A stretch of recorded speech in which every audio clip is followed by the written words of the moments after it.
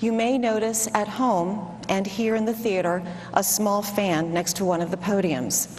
That is there by special request for Congressman Crist. We do ask that everyone here in the theater remain quiet during the debate.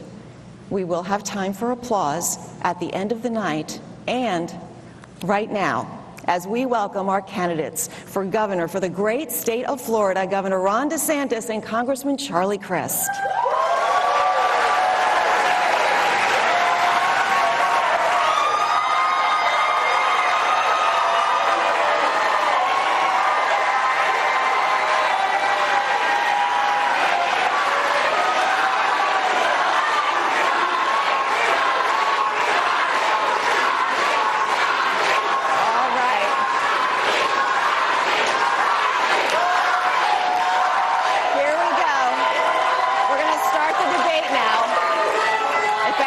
Settle down. All right.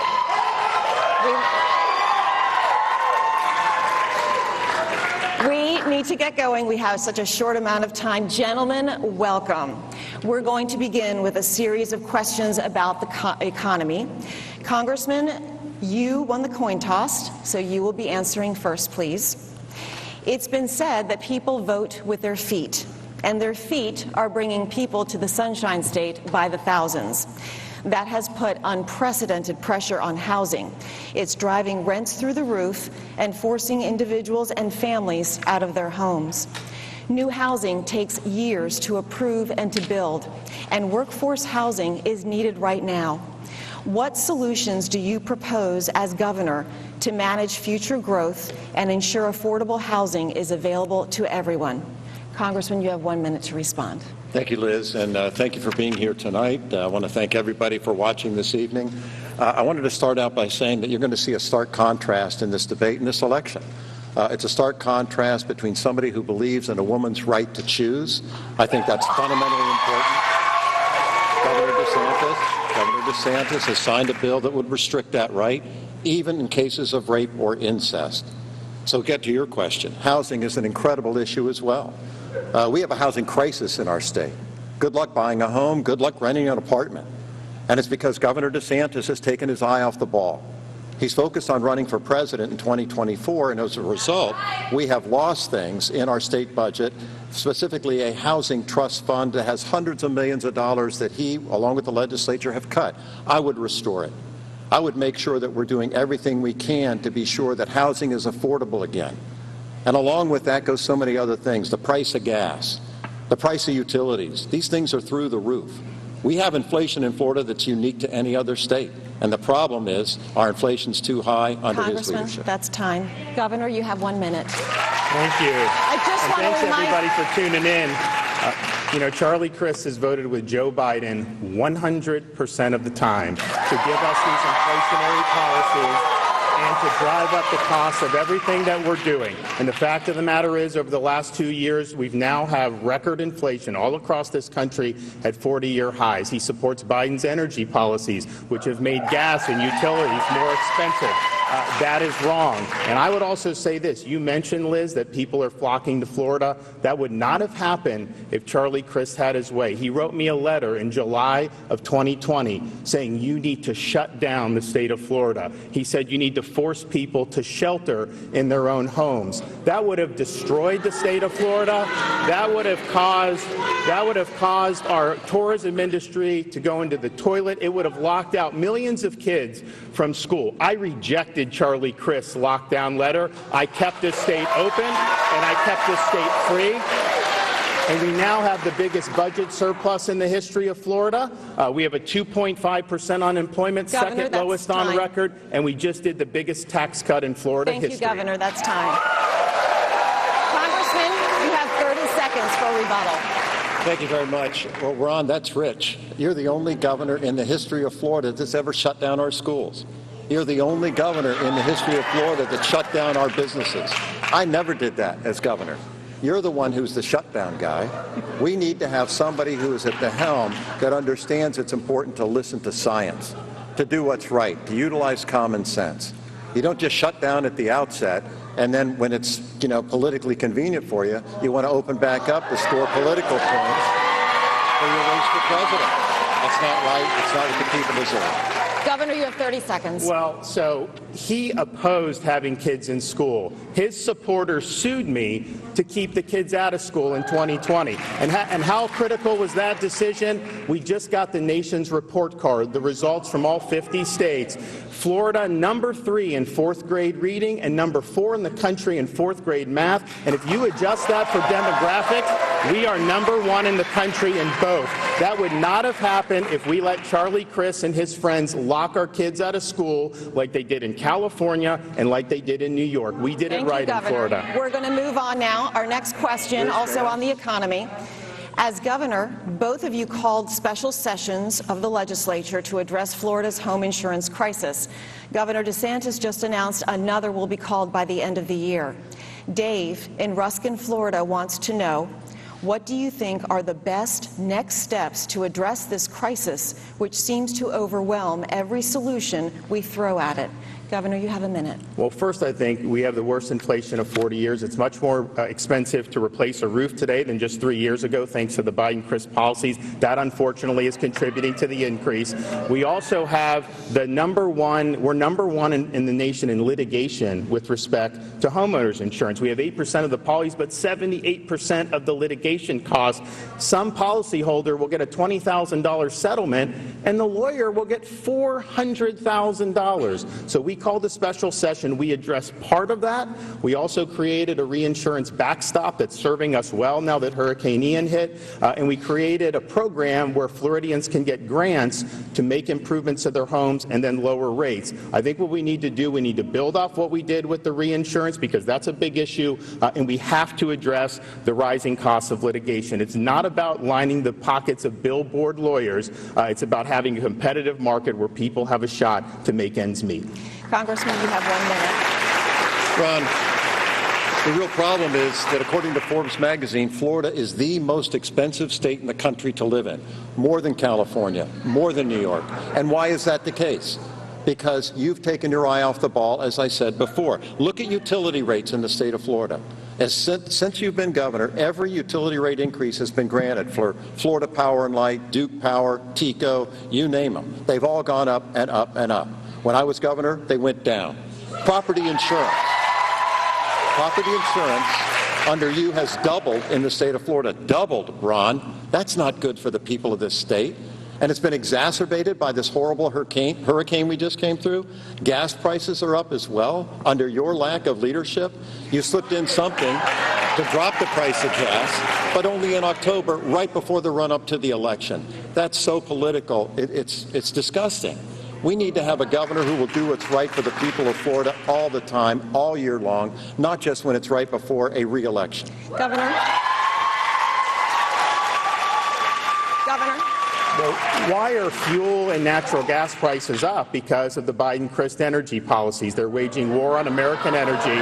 They are not producing what we need to do. They're begging Maduro and OPEC for more oil. That's why your costs are going up there. But Charlie Crist's plan for homeowners insurance is to chase the private insurers out, dump millions of Floridians on Citizens' property. It's undercapitalized. Here's why that matters for you. Citizens has mandatory assessment authority. So there could be a storm that hits Tampa Bay.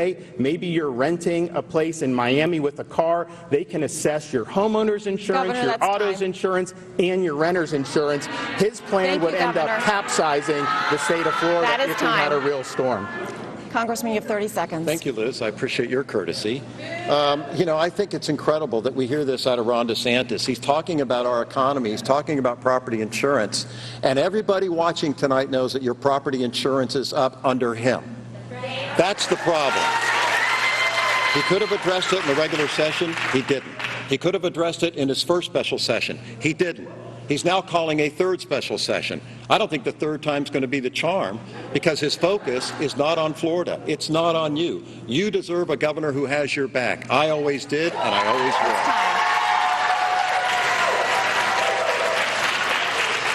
I'm going to stop right now and ask that our audience please stop. We're not going to get through all the questions, and we have a lot of ground to cover. So please, that needs to be the end of the applause.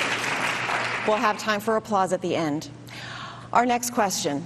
As communities rebuild after Hurricane Ian, a story of destruction and recovery we cover again and again. Do you believe it's time for new regulations, restrictions, or limits on where and how we build along the coast? Being on the water is a defining part of the Florida lifestyle, but these homes and businesses are regularly subject to devastating losses, which then cost all of us billions. Does something need to change? Congressman? You know, Hurricane Ian was a disaster storm, a nightmare, frankly.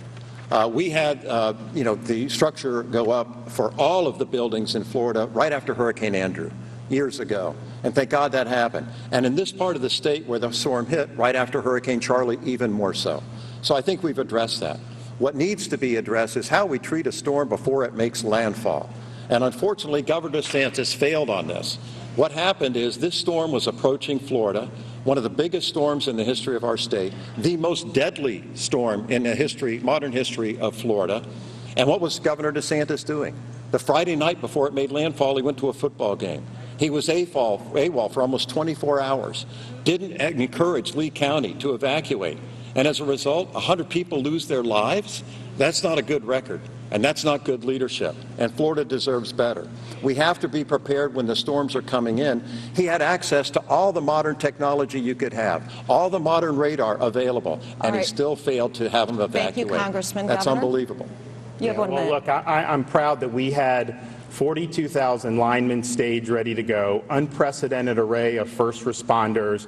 We were able to get in record time, effectuate thousands of rescues, get the power back on for millions of people in record time, and when the bridges got wiped out in Pine Island and in Sanibel, people thought those islands were going to be severed from the mainland for 6 months to a year.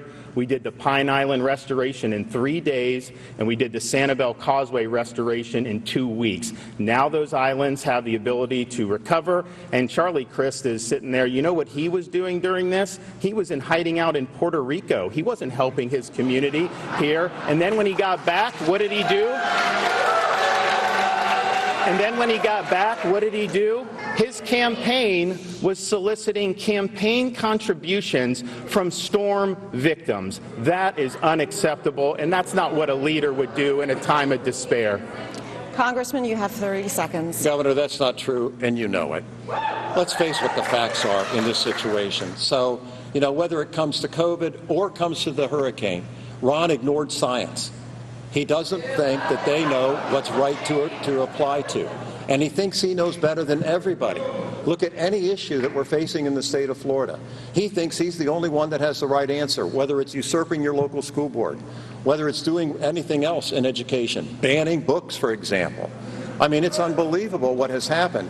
And so you have to apply science and do what's right for the people and protect them. Governor? Yeah, and I reject my opponent's attempt to politicize this, because these local communities did mobilize. And if you looked at that track, everyone was focusing on Tampa Bay the Monday night before the storm. We woke up Tuesday morning. The models had shifted into Sarasota. All the folks in Southwest Florida were activated. Lee County did issue evacuations. You had a number of residents that have been through a lot of hurricanes, and it looked like it may be going a little north. So people were following that very intently. Those folks did a good job. The governor, our message was listen to your locals. It's ultimately a local decision. They do the shelters, but I stand by every one of our local counties. They stood up, they worked hard, and they made the best decisions they could with the information that they had. Our final question on the economy. John in Gainesville asks, what are your plans to reduce the effects of inflation on Floridians if the federal government cannot come up with a viable solution? Governor? Well, we know that these are the effects of the Biden-Crist policies, the worst inflation in 40 years, and Charlie Crist votes with Biden 100% of the time, and he says that Biden is the best president he's ever seen. So he's locked together with these policies that have hurt so many people throughout our state and our country. Here's what we're going to do. One, we have the 5th lowest gas prices in the country right now because we did do a gas tax holiday. We're proud of that. What we're going to do for Floridians who commute, we're going to reduce tolls by 50% statewide for all commuters in the state of Florida. We are going to make all baby items, diapers, cribs, wipes, you name it, tax-free permanently in the state of Florida so you can raise kids and get by. You know, we have a 5 and a 4 and a 2-year-old. Our 2 oldest are out of diapers. My wife asked me, why didn't you propose that your first year in office? Well, you live and you learn. And we're also going to say that pet food is going to be tax-free in the state of Florida. So this is going to be the largest tax relief plan in the history of the state of Florida. You're able to do that when you have a strong economy and the largest budget surplus in history, which we have right now. Congressman, you have 1 minute. Well, that's interesting. I would agree with your wife. You should have done that the first year you were in office. I mean, aren't you supposed to be helping us all 4 years instead of just the last year? And Ron, you talk about Joe Biden a lot. I understand. You think you're going to be running against him. I can see how you might get confused. But you're running for governor. You're running for governor. And I have a question for you. You're running for governor. Why don't you look in the eyes of the people of the state of Florida and say to them, if you're reelected, you will serve a full 4-year term as governor? Yes or no? Yes or no, Ron? Will you serve a full 4-year term if you're reelected governor of Florida? It's not a tough question. It's a fair question. He won't tell you. We did not agree on the candidates asking each other questions. Governor, it's your turn. Well, listen, I know that Charlie's interested in talking about 2024 and Joe Biden, but I just want to make things very, very clear. The only worn-out old donkey I'm looking to put out to pasture is Charlie Crist.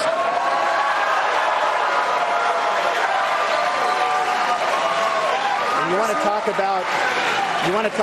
about standing up for taxpayers. When Charlie Crist was governor, he ran saying he would not raise taxes. He became governor, and he signed off on the largest increase in taxes and fees in the history of the state of Florida. That's time, we Governor. just enacted the largest decrease in taxes in the history of Florida. Thank you, Governor. Congressman, you have 30 seconds. Yeah, well, Ron, we know you love to bully people, and the little name-calling you just exchanged, I can take it. But you shouldn't do it when children are standing behind you at a press conference and they're wearing a mask and giving hell. But apparently that's your nature, and that's too bad. So what we need to do on the economy is make sure that we're focused on Florida. You know, he keeps talking about the Biden administration this, the Biden administration that. This is the DeSantis administration, and under the DeSantis administration, the middle class is getting crunched in Florida. You can't get an apartment, you can't afford a house, you can't pay your property insurance, because he's taken his eye off the ball over and over and over again. Thank you, Congressman. We are now going to move on to another topic that is top of mind for many Florida families: education. The pandemic and remote learning exposed parents to what was going on in America's classrooms like never before. Disputes over masks and reopening schools had parents across Florida demanding more say in their children's education. Part of your response, Governor, was to sign the Parental Rights in Education Act, which you, Congressman, called a, quote, heinous piece of legislation. Governor DeSantis, the Parental Rights in Education Act and the Stop Woke Act are centerpieces of your agenda for Florida schools. Why? And Congressman, do you believe it's important to educate students in kindergarten through 3rd grade about sexual orientation and gender identity? Congressman, you have 60 seconds. What I think is important is to educate children on science, math, and history, and true history, and facts.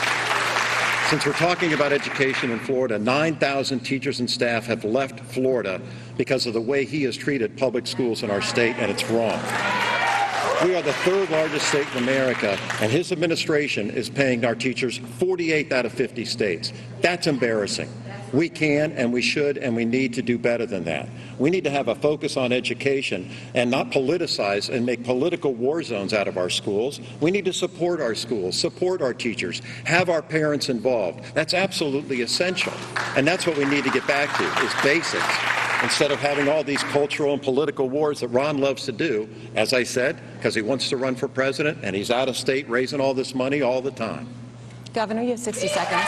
Well, I would say when you oppose the Parents' Rights in Education bill, which prevents 6, 7, 8-year-olds from having sexuality, gender ideology injected in their curriculum. You are the one that's waging the culture war. I'm simply defending parents and students because it's inappropriate to have that in elementary school. It's inappropriate to tell a 6-year-old that they were born in the wrong body. It's inappropriate to tell an 8-year-old that they may have been born a girl, but maybe they're really a boy. That's wrong. We need to do the basics. We need to teach them to read, write, add, and subtract. And if we do that, we'll continue to lead in 4th grade reading and 4th grade math like we did in today's NAEP results, which is a great testament to having open schools and a lot of hardworking folks in our school system. I also signed, I'm the father of a 5-year-old daughter and a 2-year-old daughter as well as a 4-year-old son, but my daughters are very athletic, and we signed legislation to protect the right of women athletes, that you should not have someone competing on the men's team for 3 years and then switch to the women's team. Charlie Crist opposed that bill. He said he would have vetoed it. I'm going to protect women's sports in the state of Florida. Congressman, you have 30 seconds. Thank you very much. There you go again, Ron. It's all about culture wars. It's all about dividing us. I'm a uniter. I think we need to be giving our state a chance to unite again. You love dividing our state. You know, whether it's blacks against whites, whether it's gay against straight, whether it's young versus old. You're making it harder for people to vote in our state. You know, we just started early polling today, early voting rather, today, and he made it harder to mail in ballots. I have a 90-year-old father, an 88-year-old mother. They love to exercise vote by mail. He's made it harder, along with the Florida legislature. That's anti-democracy. Governor, you have 30 seconds. I think denying girls and women athletes the right to compete fairly, I think that's divisive. I think it's divisive to rip opportunities away from our girls in the state of Florida. And you want to talk about divisive? The day after Charlie Crist won his primary, he said, anyone that supports the governor, you have hate in your heart and I don't want your vote. Well, think what that means. I'm endorsed by every police group in the state of Florida. I'm endorsed by the firefighters. I'm endorsed by the truckers, the nurse anesthetists, Retail Federation, Farm Bureau. The whole cross-section of the state of Florida is backing me. They do not have hate in their hearts because they reject Charlie Crist. They want to keep Florida going and they want to keep Florida free. Our next question is also on education. Critical race theory has ignited controversy in school districts around the country. Here in Florida, it is now against the law to give lessons which might cause a student, quote, psychological distress because of actions in which the person played no part committed in the past by other members of the same race, color, national origin, or sex. What do you believe is the best way to address issues of race in our history and in modern life in the public school setting? Governor? Well, Florida statutes require teaching all of American history, including slavery, civil rights, segregation. It's important that that's taught.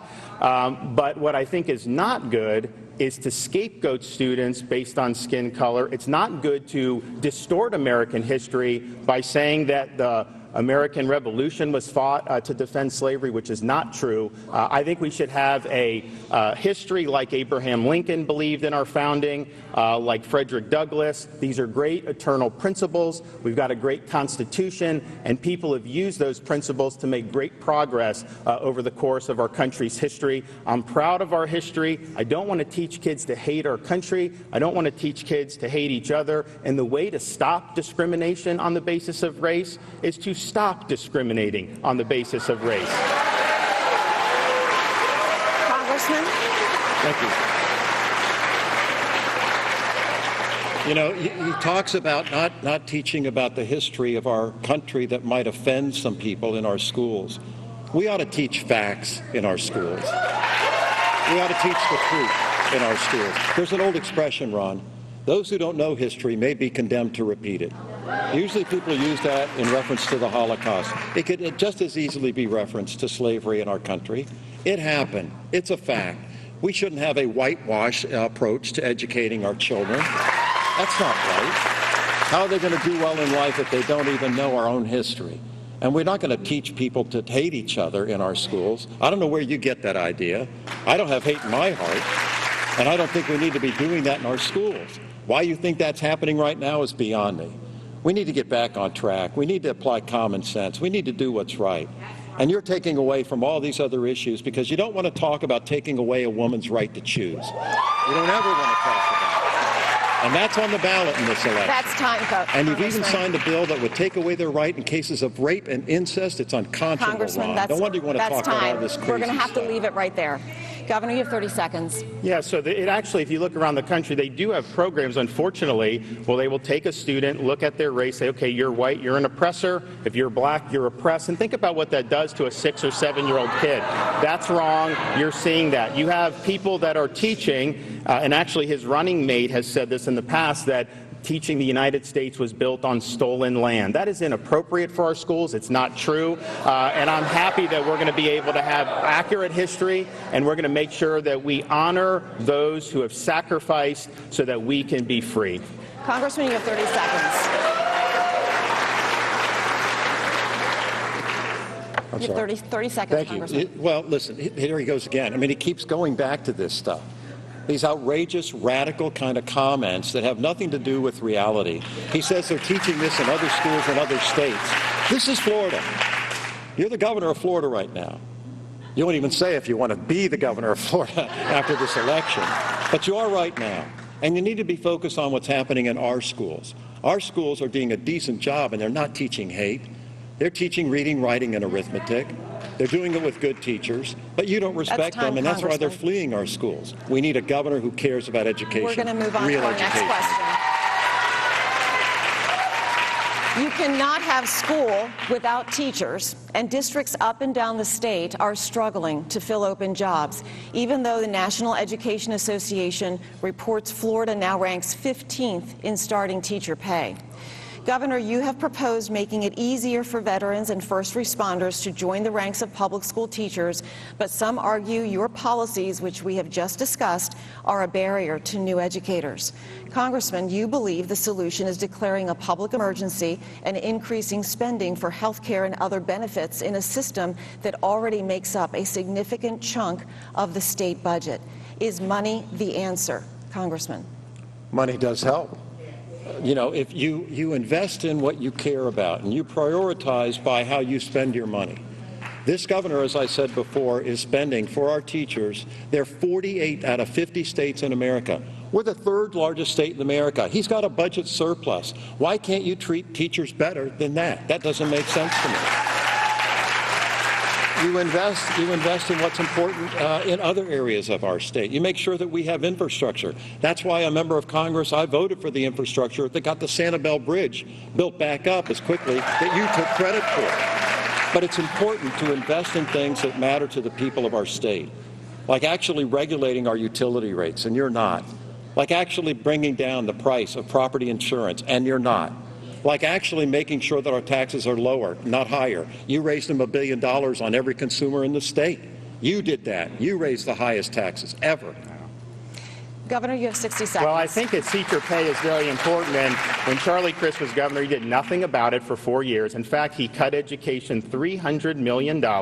What have I done? We've done the largest increase in teacher compensation in the history of the state of Florida.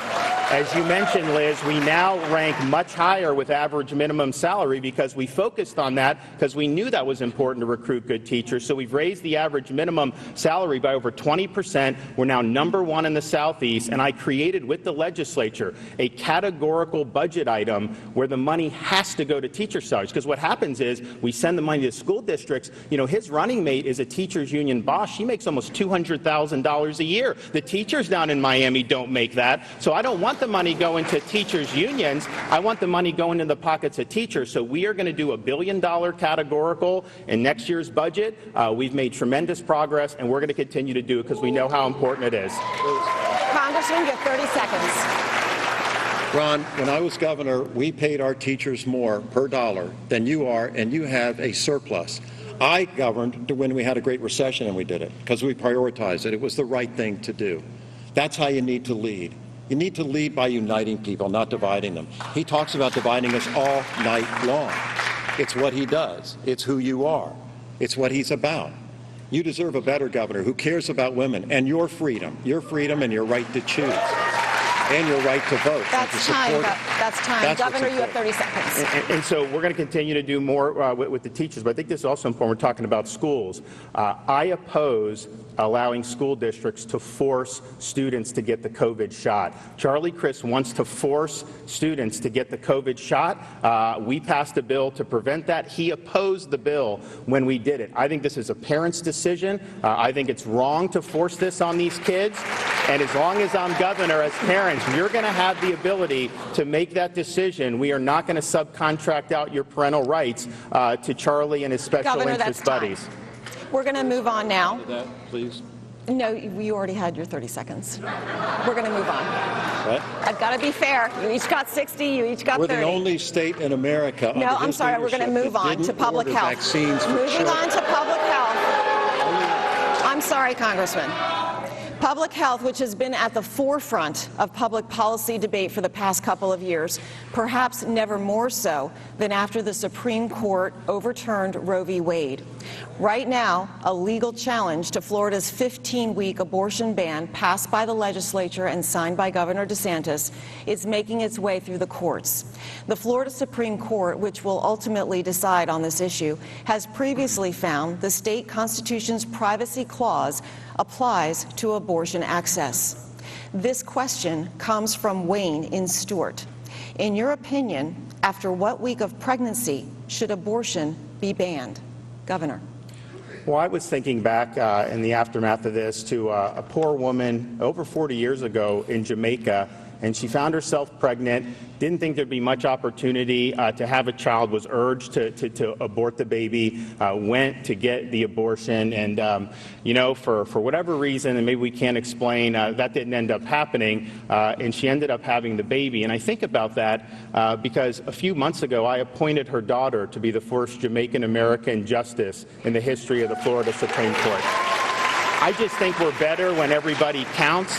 I understand not everyone's going to be born in perfect circumstances, but I would like to see everybody have a shot. I'm proud of the 15 weeks that we did. I know Charlie Crist opposes that, even though the baby is fully formed, has a heartbeat, can feel pain, and can suck their thumb. He also supports sex-selective abortions, which is used to discriminate against little girls. He supports dismemberment abortions, where they literally will tear the baby limb from limb, and he supports taxpayer funding of abortion all the way up until the moment of birth, and that is wrong. Congressman, you have 60 seconds. Ron, that's just not the truth, and you know it. You know it. He wouldn't answer your question. Do you want to ban abortion completely? He never got to it. He talked about Jamaica. I don't want to ban abortion. I want to make sure we keep a woman's right to choose available to the women of the state of Florida. And I want to make sure that we don't have a governor in the future who wouldn't even allow exceptions for rape or incest. We just found out recently about a case of a middle school girl near Jacksonville who was a victim of incest, became impregnated. Because of the bill you signed, Governor, she had to go 2 to 3 states in order to take care of this issue. That's not compassionate leadership. That's not doing the right thing. That's not even having a heart. That's callous, it's barbaric, and it's wrong, and Florida deserves better. And if you want better, I hope you vote like hell. Governor, you have 30 You know what's seconds. callous is Charlie Crist has not only supported abortion up until the moment of birth, he even voted against the Infant Born Alive Act, which would have had medical care for an infant that survives an abortion attempt and is born alive. He's also something a little bit of a chameleon. I mean, he used to support a federal constitutional amendment that outlawed all abortion regardless of any type of exceptions. Now he's taken the other extreme position. The question is this an honest change of heart, or is this a guy that's going to shift with whatever win he needs to try to keep his political career alive? I think we all know the answer to that question. Congressman, you have 30 seconds. Ron, again, that's not true, and you know it. You know, I watched your debate 4 years ago, and I remember your opponent said that, in the last debate, I guess he got 2 instead of the 1 we're getting. He said Ron lied 21 times, and when you did it again in his second debate, he goes, well, there's number 22. I don't know why you are so compelled to be disenfranchised from the truth as much as you are. Maybe it's because you don't want to talk about your record. You don't want to talk about how you've made Florida unaffordable for most of our citizens. You don't want to talk about a woman's right to choose and these other things that are so important to Florida today. That's time. Thank you. Moving on to our next public health question. The coronavirus continues to be a significant concern. A pandemic was not something any of us were prepared for. There was no playbook, no list of time-tested strategies to stop this fast-spreading and dangerous virus. By the summer of 2020, Florida was slowly reopening under Governor DeSantis, while Democratic members of the state's congressional delegation, including Congressman Crist, were calling for new stay-at-home orders and a statewide mask mandate. Looking back more than 2 years later, are you satisfied with your approach to the COVID response? Congressman? Yeah, I'm satisfied with my approach. I would have listened to scientists, unlike the governor. You know, he wants to talk about how we reopened this and we reopened that. You can keep things reopened, but you got to do it with an eye toward what health care providers tell you. Not being arrogant, so arrogant that you won't listen to their advice about when masks are appropriate, and later on when they probably are not, like now. We don't need them now. But you take a common sense approach and you do what's right. Ron, I wouldn't pat yourself on the back too much about your response to COVID. We've lost 82,000 of our fellow Floridians. And when you look at the Thanksgiving table, one of those empty seats is probably one of those people for many families watching tonight. And if we had only had the standard of other states in the United States, 40,000 of those people would still be alive, enough to fill Tropicana Stadium in St. Petersburg. That's tragic. That's time. So Governor? he didn't quite acknowledge he called for harsh lockdowns in July of 2020. And if that had happened in this state, it would have destroyed the state of Florida. Our hospitality and tourism industry, which has thrived, would have gone into disrepair. It would have thrown millions of Floridians into turmoil. And I can tell you, as Charlie Crist and his friends in Congress were urging you to be locked down, I lifted you up. I protected your rights. I made sure you could earn a living. I made sure you could operate your businesses. And I worked like heck to make sure we had all our kids in school in That's person time, Governor. 5 days a week. Congressman, 30 seconds. And we had one of the highest death rates in America, Ron. And over 6 million of our fellow Floridians have gotten COVID under your leadership. Now, that's not something to be boastful and proud about. I'm pro-business. I want to make sure we keep our businesses open. I'm not the governor who attacked Walt Disney World because they deigned to express their point of view. I'm not the governor who attacked the cruise industry because they just wanted to make sure that their customers weren't sick before they got on the boat. That's you. You're the most anti-business governor I've ever seen. That's time, Congressman. Governor? Yeah, except for all the businesses that are moving down here and leading the nation in net in migration. And I'm proud, you know, we said seniors first. We worked with nursing homes. We worked with testing with seniors. We did monoclonal antibodies. And the result is 38 other states had higher COVID mortality rates for senior citizens than we did in Florida. And I think that that's the approach people should have taken. Focus on the vulnerable population, but make sure you're not locking down the rest of the people. We've thrived as a result. That would not have happened if Charlie Crist had got his way and locked down the state of Florida in July of 2020. Thank you, Governor. Across the country and here in Florida, lawmakers are divided on the issue of gender transitions for minors. The Florida Department of Health has held firm that there are risks associated with certain puberty-blocking and hormone therapies for children, despite pushback from the federal government and other states. Where do you stand on minors undergoing so-called gender-affirming medical procedures and therapies? Governor? Well, so-called is important because when they say gender-affirming care, they mean giving puberty blockers to teenage girls and teenage boys. They mean doing double mastectomies on young girls. They mean chemically castrating young boys. That is wrong. We are not going to allow that to happen in the state of Florida. A lot of kids go through a lot of different things. A lot of the dysphoria resolves itself by the time they become adults. And we have a number of people that have spoken out in favor of what we're doing to say you should not mutilate minors. And they went through this when they were minors. Now they're adults and they regret it. And other countries in Europe that went down this road have now backtracked. And so we're doing the right thing. It's inappropriate to be doing basically what's genital mutilation. Congressman, you have 1 minute. This reminds me of your position on a woman's right to choose. You think you know better than any physician or any doctor or any woman in a position to make decisions about their own personal health. You want to be the judge. You want to decide about what people should do with their own physical being, with the betterment of their health, with whether or not they want to make sure that they can practice their right to choose as a woman. That's just not right. I don't believe in that.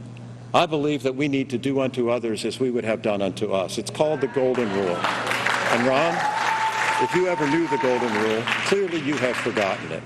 You don't have the temperament to be kind and decent to other people who don't look like you, who don't act like you, and don't contribute to you. But we're all children of God. And that doesn't mean that you're the one who's supposed to judge about what other people are supposed to do, particularly women with their body. Governor? Well, we're talking about 13 and 14 and 15-year-old kids. They are not in a position to know whether they can undergo a radical procedure that physically alters their body. If you're a 15-year-old, you can't go get a tattoo in the state of Florida, yet we're saying you could get a double mastectomy? Of course not. It is inappropriate to do this for minors, and in Florida, we are not going to allow that to happen here. Congressman? Again, you know, this is a You difficult support it for minors. I mean, you should just be honest with This this is a people. difficult Congressman's turn. issue for anybody. And, you know, he talks about it like it's fun. It's not. These are difficult issues, and they deserve mature leadership, and you deserve to have a governor who understands that a woman has a right to choose, that you need to have somebody who understands and respects that decision. I was raised with 3 sisters. I'm an only son. I learned as a very young boy to respect women. And it's important to respect all. Congressman, that's time. And it just doesn't sound to me like Governor DeSantis wants to do that, to respect some other family's decision about what they want for their We're children. going to leave it there. Thank you. Moving on now to another topic. Gentlemen, illegal immigration continues to make headlines from our southern border to the shores of our state. Governor, your administration recently used state funds to transport migrants from Texas to Martha's Vineyard. Why? And do you believe that was an effective use of taxpayer money? Congressman, you called the flights inhumane. Do you believe Florida should be a sanctuary state? Congressman? I thought what the governor did was a horrible political stunt. You know, we have an immigration problem. We have a problem at the border. We need to secure the border. I agree with all of that. But it doesn't mean that you use Florida taxpayers' dollars to charter 2 jets, go to Texas, lie to people to get them onto planes, fly them up to the northern part of our country, and one of them's a 1-year-old baby, another is a pregnant woman.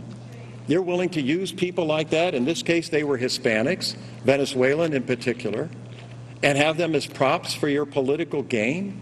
That's not the way to change policy. You can change policy and do what's right to secure the border by having comprehensive immigration reform. That's what I voted for in Congress. When you were in Congress, you wouldn't do it because you want to keep this issue alive. You want to have it as a wedge issue. And you want to pull political stunts like you did with the taxpayers' dollars of the people of Florida. That's not what it's for. That's not what you should have done. It isn't funny. It's not right. And you were inhumane in how you treated these people. That's time, Congressman. Governor? Well, you say you're for the secure border, but this is all happening under the Biden administration and the policies that Charlie Crist supports. We've had millions and millions of people pour in across illegally. We've had record numbers of fentanyl come in. We now see it ravaging our communities like never before. I didn't hear people like Charlie expressing outrage about that. We've had criminal aliens come into the country. We just had a sheriff's deputy from Pinellas County killed by a twice-deported illegal alien who came across the border illegally 6 months ago. I didn't hear any of the outrage about that. It's only when they go to D.C., New York, or, of course, Martha's Vineyard, then all of a sudden this is, you know why? Because we have elites in this country that want to impose policies on you, but they don't want to have to suffer the same consequences that you may have to in your community. What we did, it's sad that it comes to this, but what we did put this issue front and center. I think we need to reinstitute Remain in Mexico, and I think we need to secure the border because the fentanyl is absolutely out of control. Congressman? Well, if you want to secure the border, you ought to support policies that actually will secure the border. like comprehensive immigration reform. When you were in Congress, you wouldn't do it because you like having it as an issue for political scoring in points that you want to have for a future campaign. And let me remind the viewers, he wouldn't even answer you if he would stay 4 years if you re-elect him as your governor. You're running for governor. You're asking them to vote for you for governor. At a minimum, you ought to be able to tell them if you get re-elected, you'll serve as governor. Ron? Governor? So we had the border that was in much better shape in January of 2021. The Biden administration reversed almost every policy that was in place, and they opened the floodgates. That's why we have the problem. It's not from some phantom piece of legislation. And, I hear Charlie Crist talking about some of this other stuff. He as a congressman made $174,000 a year. You know how many days he showed up to work in Washington, D.C. this year? 14 days. Imagine that deal for you. You show up 14 days and you make over $100,000. That's the type of effort this guy puts into actually doing his job.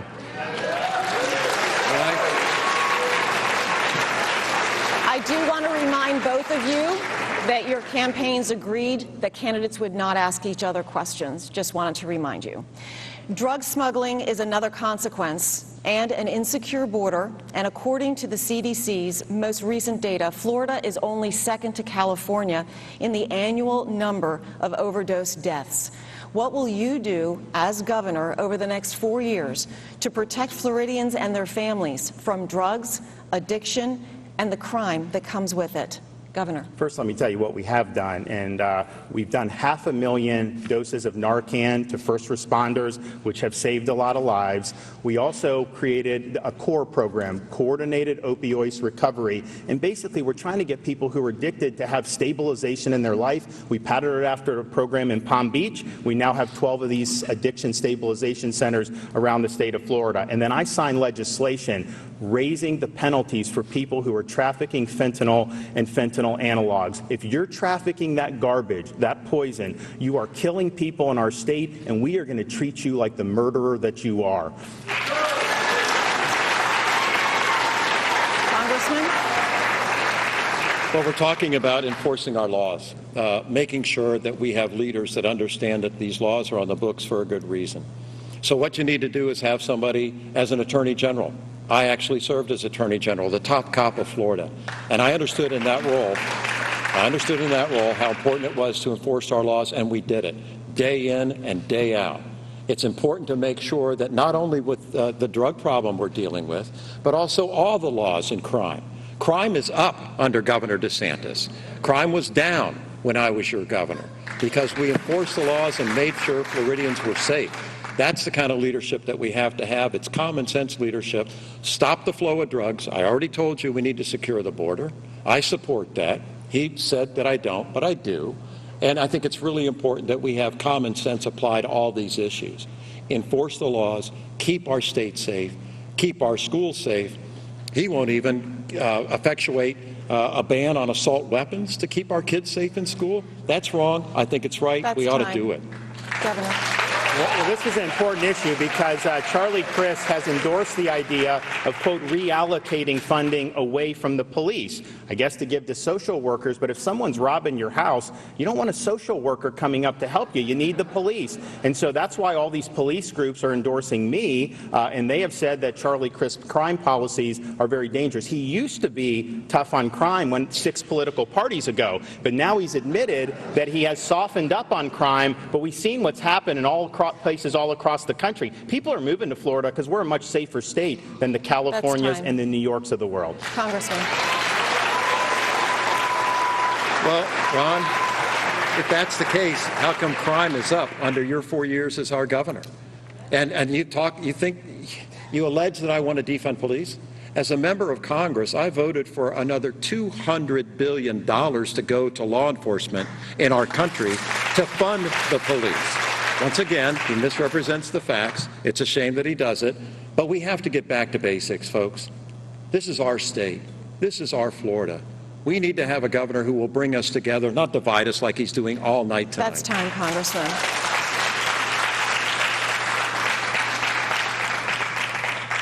Do we have time for one more question? We do. Continuing now on the topic of public safety, Earlier this month, Nicholas Cruz, who confessed to murdering 17 students and staff at Marjorie Stoneman Douglas High School on February 14, 2018, was sentenced to life in prison. You have both said that he should have received the death penalty, but legal scholars and at least one juror blamed Florida law for sparing his life. If elected, will you take action to change existing law? Why or why not? Congressman. What I would do in this case, listen, these are not easy decisions. I served as governor. I signed death warrants. Governor DeSantis has as well. It's not a fun day, but it's an important thing to do. As I told you earlier, you need to carry out the law. As it applies to this particular case, this is one thing we actually agree on. I believe that that young man should have gotten the death penalty for killing 17 innocent students in our schools. It was absolutely abhorrent. And you have to do what's right. And it's a tough thing sometimes. But whatever it takes to make sure that we can enforce those laws that say there are consequences to your actions, we need to be able to enforce them and get it done right. Governor. I think he deserved the ultimate punishment. When you murder in cold blood 17 innocent people, there's no other punishment that meets the gravity of that crime. And to have one juror hold out on that was a travesty. So yes, I'm going to ask the Florida legislature to amend that statute so that one juror doesn't have veto power over appropriate punishment. But I'll tell you this, when that happened, I wasn't governor yet, it was the year before, but I became friends with a lot of the families, people like Andy Pollack, Ryan Petty. No one was being held accountable for anything that was going on there. I came into office my first week. We suspended the sheriff of Broward County for the ineptitude that was displayed. We called a special grand jury, statewide grand jury, to look into the failures of the school district and other school security failures. That report came back. We've instituted great reforms. We've done $750 million for school security, and I was able to suspend 4 school board members that the grand jury had said were derelict in the performance of their duty. We brought accountability for those families when no one else would. Congressman, you have the floor, 30 seconds. Those weren't the only people he removed from office. We have a state attorney in Tampa Bay named Andrew Warren that he of his own volition decided to kick out of office and suspend because he actually spoke about what he felt about an issue. That used to be called freedom of speech in this country. And Governor, I know you went to Harvard Law School, but you need to study the Constitution again. When you start removing people from public office, that's the job of the people. He was twice elected state attorney in Tampa Bay, did a great job, and because he voiced something that disagreed with you, you decided to suspend him? That's not good leadership. Congressman, Governor, you have 30 seconds. Yeah, look, I think that this is a very important issue for our country. Prosecutors aren't above the law. They don't have the right to veto duly enacted statutes. I know Charlie Crist supports prosecutors like L.A. and Manhattan that are basically ignoring the law, and crime is spiking in those areas. I disagree with that. I think in Florida you can't be a law unto yourself as a prosecutor. Duly enacted statutes must be enforced, and we will be much safer as a result of that. So I acted appropriately, and I would do it again. Thank you. That is all the time we have for questions at this time. Gentlemen, you each have 1 minute for a closing statement. The coin toss determined that the governor will go last, so please begin, Congressman. I want to thank Floridians for watching tonight. I love Florida. I love her with all my heart. I want to unite her. I want to bring this state back together and not have a divider as a governor. I want women to have the right to choose and make their own decisions about your body, especially in cases of rape or incest. I want to make Florida more affordable again. When I was governor, I lowered your property insurance. When I was governor, I lowered your property taxes. When I was governor, I made sure that we had an affordable economy, even in a recession. He's raised all these things. He's also raised your taxes. He won't even tell you if he'll serve 4 years if you re-elect him. I mean, come on. You deserve better than that. Florida deserves better than that. Thank you very much.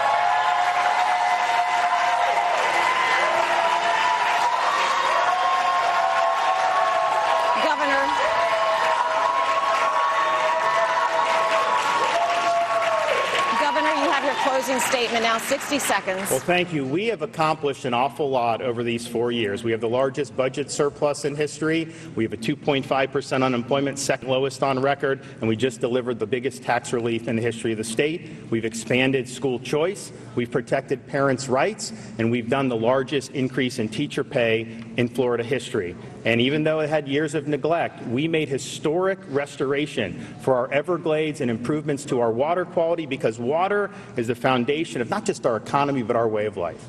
And then when a once-in-a-century pandemic hit, I led based on facts, not based on fear. I lifted you up while some like Charlie Crist wanted to lock you down. I took a lot of flack in the process, but through it all, I was always more concerned about protecting your job than I was about saving my own. I took the arrows so you wouldn't have to. We will continue to fight the good fight. We will continue to run the race. We will continue to keep the faith. We've accomplished an awful lot, but we've only begun to fight. God bless you, and I ask for your vote on November 8th.